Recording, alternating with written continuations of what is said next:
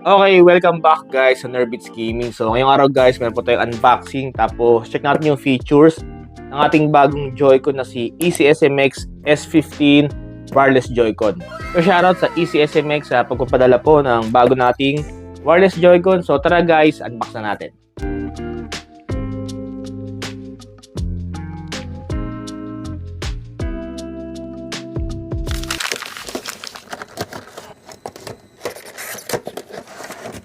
Okay, inside the box guys, meron po tayong user manual. Next, meron po tayong USB to C charging cable. Tapos meron siyang kasamang guys, 2 pirasong thumbstick. And then ito na guys yung ating EasySMX S15. Ayan siya guys. Tapos meron siyang glossy na finish.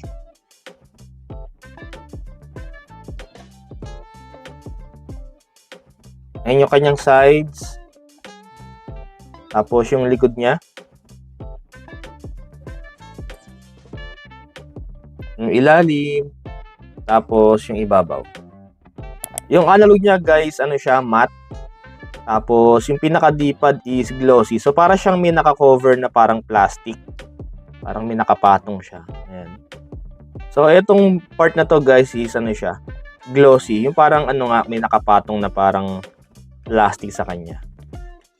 Yan. Kaya siya parang transparent tapos glossy siya. Yung sa buttons niya guys, ganun din. Glossy na parang may naka-cover na plastic. So parang siya, naka-transparent. So for comparison guys, ito yung ating regular na Joy-Con. Tapos ito yung ating EasySMX S15.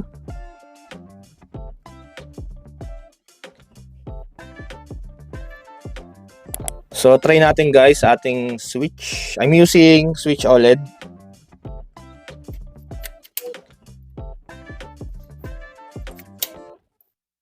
So, ayun guys, kapag kinabit nyo yung ating EasySMX S15 e-Smatic, bubukas yung kanyang RGB.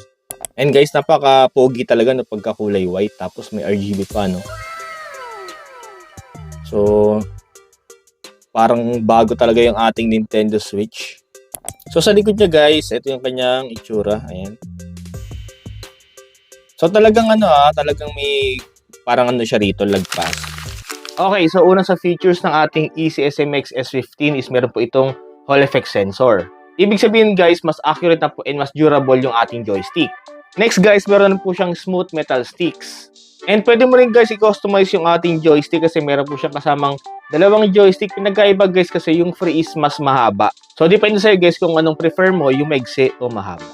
Next guys, meron po itong full-sized mechanical buttons. So syempre guys, alam naman natin na mas masarap gamitin yung mga mechanical buttons unlike sa mga ordinary na mga buttons. Mas durable siya guys, tsaka satisfying siyang pindutin eh. At syempre guys, when it comes to aesthetic, no, so itong ating EasySMX is meron po siyang vibrant RGB lighting. Siyempre, mas pogi yung ating Joy-Con guys kapag merong RGB lighting. And then maganda sa kanya guys, pwede mo siyang i-customize. So meron siyang mga RGB combinations guys na pwede mong palit-palitan dito sa ating EasySMX S15. Next guys, meron po itong finely tuned 6-axis gyroscope. So kagaya sa ating guys, Joy-Con, meron din siyang gyroscope, no? So para pag maglalaro po tayo ng mga racing games dito sa ating Nintendo Switch is may enjoy pa rin natin using gyroscope. Bukod doon guys, syempre meron po itong built-in NFC chip para kung gusto nyo gumamit ng mga amiibo is pwede nyo pa rin magamit dito sa ating EasySMX S15. At syempre para sa mga gamers natin dyan guys na mahilig maglagay ng mga additional buttons, sa likod nito guys meron pa rin siyang 2 programmable buttons. And last sa features natin guys is meron po itong optimized ergonomics grip. Kasi nga diba guys, yung ating built-in na Joy-Con is medyo manipis siya and then medyo makitid and then wala siyang grip, no?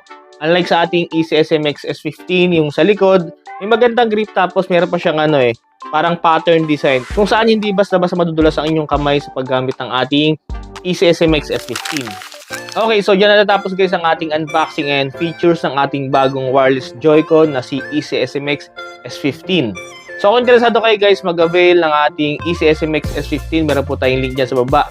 Check nyo lang at syempre maraming salamat sa panonood mga sir. Kung di ka pa nakasubscribe, please like, share, and subscribe para mas marami pa tayong videos na abangan. God bless mga sir and peace.